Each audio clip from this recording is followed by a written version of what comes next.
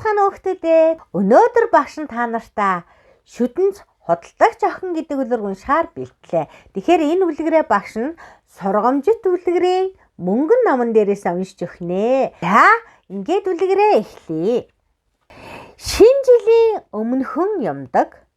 Гадаа их цас орж хүйтэн байсан. Харанхуй хүүтэн гудамжаар хөл нүцгэн толгойн өмсгөлгүй бяцхан ядуу охин тэнүүчилж явлаа. Уг нь гэрээс гарахдаа хос гуталтай байсан ч ямар ч тус болсонгүй. Учир нь энэ гутлыг урд нь ээж нь өмсдөг байсан болохоор охинд дэндүү томдон. Годомч хүндлэн гарч явахдаа хар хурдаараа айсуу хойч сүх тэрэгнээс бултаж гүйхдээ гутлаа санамсаргүй гэжчихжээ. Яасан бэ хүүхдүүдээ? Зам гарах гэж явахдаа том морин тэрэгнээс яхаа зугтахтаа нөгөө гутал нь томдсон учраас суграа зам дээр үлдчихсэн байж тээ. Тэгээд яасан гинөө? Хөл нүцгэн болцсон байна. Тэгээд явлаа. Шинэ жилийн хорой гэдэг чинь ямар улирал илээ? Өвлийн улирал. Өвлийн хүүтэнд хөл нүцгэн явбал яах бол? Нэг гутлаа олж чадаагүй ба харин нөгөө гутлыг нэгэн жаалхуу шүүрч аваад зугтчихжээ. Ийхүү охин даарч хөхөрсөн бас улайсан нүцгэн хөлөөрөө гудамжаар тентэр тунтар алхан явнаа. Яагаад тентэр тунтар алхаж байгаа вэ? Яагаад гэвэл хөл нь маш их даарсан учраас маш их даарахаараа хөл нь мэдээ алдсан байгаа аахгүй юу? Тэгээд хаана гიშгэж байгаагаа мэдэхгүй яах нь вэ? Тентэр тунтар гэд алхаж байна. Тентэр тунтар гэдэг маань яадаг вүлээ? Дөнгөж хөл орж байгаа хүүхдээ алхахыг тэгж хэлдэг шүү дээ, тийм ээ? За, цаашаа явъя. Хормогчны урд хармаанд нь шүдэнцний хайрцаг байх ба охин гартаа хэдэн ширхэг шүдэнц атгажээ. Энэ охин шүдэнц дардаг байсан юм а. Бүтэн өдөржин яваад ч түүнээс хинч ядаж ганц хайрцаг шүдэнц авсангүй. Хинч түүнд сохор зоосч өгсөнгүй. Даарч үлссөндөө дагжин цэцрэх охин гудамжаар гунигтай тэнүүчлэнэ. За, тэнүүчлэн гэдэг нь юу гэсэн үг вэ төвтөдөө? Ямар ч зориггүй наашаа цаашаа явна гэсэн үг аахгүй юу? Ямар ч зориггүй наашаа цаашаа явна. Яагаад гэвэл гэрлүүгээ харьж чадахгүй шүү дээ. Чүдэнц зараг болохоор тийм ээ. Чүдэнц авчихсан байгаа болов гэд гордоод наашаа цаашаа яваад ахна гудамжаар тийм ээ. Цасан ширхэг урт сайхан үсэн дээр нь буухад нойтон буржгар булцагнууд мөрлөөн задран уннаа. Гэвч охин цасыг огтхонч анзаарсангүй. За энэ маань одоо яах нь вэ? Яг энэ хэсэгт гарсан зураг байна тийм ээ. За. Охин дэрэгдүүр өнгөрөх байшингуудын гэрэлтэй цонхыг харж агаар тангалах шарсан нугасны ангиллын үнэрийг мэдэрнэ. Өсгөр хүүхдүүдээ яадаг вүлээ? Бүх юмны үнэр үнэртдэг бас зөөр юу ч холиогүй мөртлөнгөө талах хүртэл ямар болчдөг вүлээ? Амттай болчдөг тийм ээ өсгөр. Айлууд шинэ жилээ угтах гэж бэлтэнэ. Хоёр байшингийн дундах булан тохойд орж суугаад биеэ эвхэж нүцгэн хөлөө тэрсэн ч энэ нь хүүтнээс огтхонч аварсангүй. Охин гэртээ харихаас юмээ. Яагаад гэвэл ганц хайрцаг шүдэнц зарж чадсангүй. Ичгүүртээ тэр гэр бүлийнхаа төлөө, гэр орныхоо төлөө ширхэг зоосч олж чадаагүй. За тэгээд ч ямар гэр орон гэхэвдээ. Яг гадаа байгаа юм шиг л хүйтэн. Толгой дээр дээвэр ямар ч гэсэн бэ. Ханан нүх ан цаваар дүүрэн. Хүүхдүүд хамгийн том нүхнүүдийг сүрлэн навцаар бүглэх гэж оролдовч завсраар нь хүүтэн салхих байнга үлээн. Бяцхан шүдэнц худалдагчийн 2 гар даарч хөсчээ. Хэрв ганц ширхэг шүдэнцийг байшингийн хананд зурж асаах зориг хүрвэл багч гэсэн дулаацсан да. Охин нэг шүдэнц сугалж авлаа. Чик. Гал ямар сайхан дүрлцэн асна вэ? Тэгээд лааны дөлтөө төстөө хурц дулаан дөл дээр нь гараа барив. Ямар гайхалтай гэрэл вэ? Гялалцсан яндантай, тахир зис хөлтэй, том төмөр пишингийн урд сууж байх мэт охинд санагдлаа. Хоёр байшингийн хоорондох энэ булан түүнд цэлгэр том санагдсан тул бяцхан охин хөл гараа ойртуулан жив. Гэтэл чүдэнц гинт унтаржээ. Пишин ч алга боллоо. Хөөрхий худалдагч гартаа шатад дуусан чүдэнц бариад газарт суусаар л байв. За яасан? Чүдэнцээ асаасан чинь охинд яасан бэлээ? Чүдэнцнийхээ галыг хараад мөрөөдсөн байж тээ тийм ээ. Том сайхан цэлгэр өрөөнд гал дүрлж байгаа ил зуух пишингийн хажууд суужээ гэж бодогдсон байх нь тийм ээ. Охин дахин нэг чүдэнцийг хананд зурж асаалаа. Дөл хөгжилтэй дүрлжиж байшингийн ханыг гэрэлтөөлөв. Энэ хан тунгалаг болох мэт охинд санагджээ. Гэтэл хан биш. Харин гивлүүрийн цаан нуугдсан өрөө юмсанж. Өрөөн доторх ширээ цасан цагаан бүтээлгээр хучигджээ.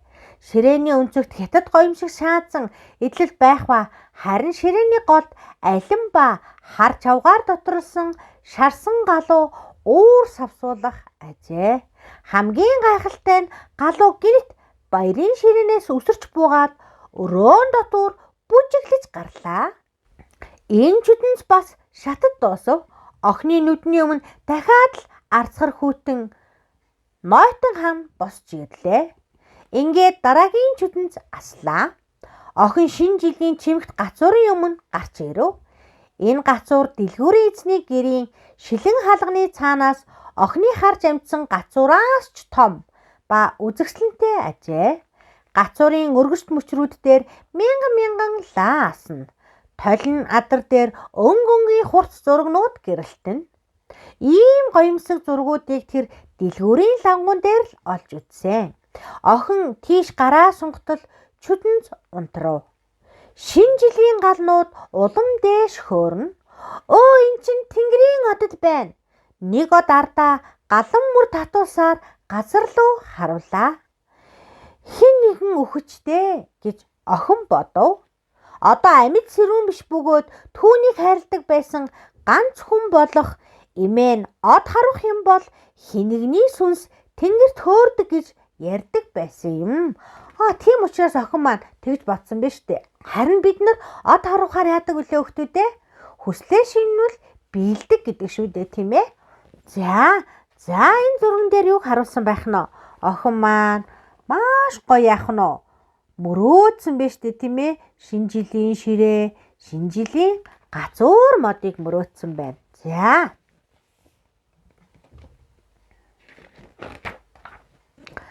Охин дахиад нэг чүдэнцийг хананд зурж асаав.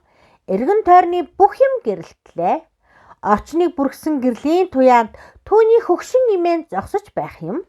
Гэрэл гэгээтэй баяр хөөртэй инкрээ ялдан бас түүнд хайртай имээ.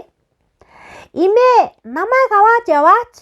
Чүдэнц унтрахаар таныг явна гэдгийг би мэдэж байна. Халуун пишин, шарсан галуу, шинэ жилийн үзэгсэлэнт гацуур алга болсны адил таач бас алга болно. Охин имээгээ аль болох удаан хамт байлгахын тулд осгосон гартаа атгсан бүх чүдэнцээ асаажээ. Гал үд дундын нарнаас хурц гэрэлтэв. Охин имээ нь хизээч юм өндөр бас үзэгсэлэнтэй харагдаж байгаагүй. Тэр ач охиноо тэврээд хамтдаа хахир хүүтэн өсөглөн өвчин зовлон үгүй харин баяр хөөр гэрэл гээгээ хаанчилсан тэр газар руу яарцгаав. За хөхтөдөө имээ нэрээ охиныг яасан байх нь? Халуун дулаанаар тэвэрсэн гэж штэ тийм ээ. Тэгэхээр имээ нэрээ тэвэрлөө. Үгүй тийм ээ. Энэ бол охины юу байгаа лээ? Бодол мөрөөдөл шүү дээ тийм ээ. За үүр хаяарлаа. Хоёр байшингийн дундах буланд хөөрхий бяцхан чүдэнц худалдагч ханны дэргэд эвхрэн хөвтнэ. Хацар нь хувхай зааж харин уруул дээр нь баяртай инээмсэглэл хөшиж үлджээ. Охин гартаа чүдэнц атгсан байлаа. Нэг чүдэнц шатад дуусжээ. Тэр дулаацах гэж оролцсон бололтой гэж хүмүүс ярилцав. Өвлийн энэ хүүтэн шөнөөр охин эмээгийнхаа хамт ямар гайхалтай ертөнц рүү одсон ба одоо түүний зул сарын баяр ямар сайхан болж өнгөрөхийг тэдний хинэн ч төсөөлж чадахгүй. За ингээд яасан байх нь? Охин маань өвлийн хүүтэнд яасан байх нь?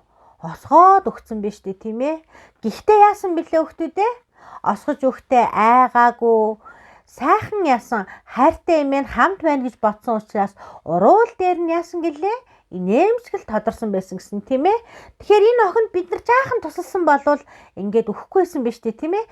Тэгэхээр хүмүүс яах нь бие биендээ тусалж явах хэрэгтэй байх нь шүү дээ хүүхдүүдээ тийм ээ. Тэгэхээр надад хоёр байгаа юм а бид нар тэр зүйл байхгүй хүүхдүүдээс яах вэ? Сайхан сэтгэлээр өгч сурах хэрэгтэй болж байна тийм ээ. Тэгээд найздаа тусалдаг ийм хөөрхөн охиныг дарааж явж байхыг харсан хүмүүс гэртээ оруулаад халуун хоол идүүлсэн болвол охин маань осгож өгөхгүй байсан тийм ээ.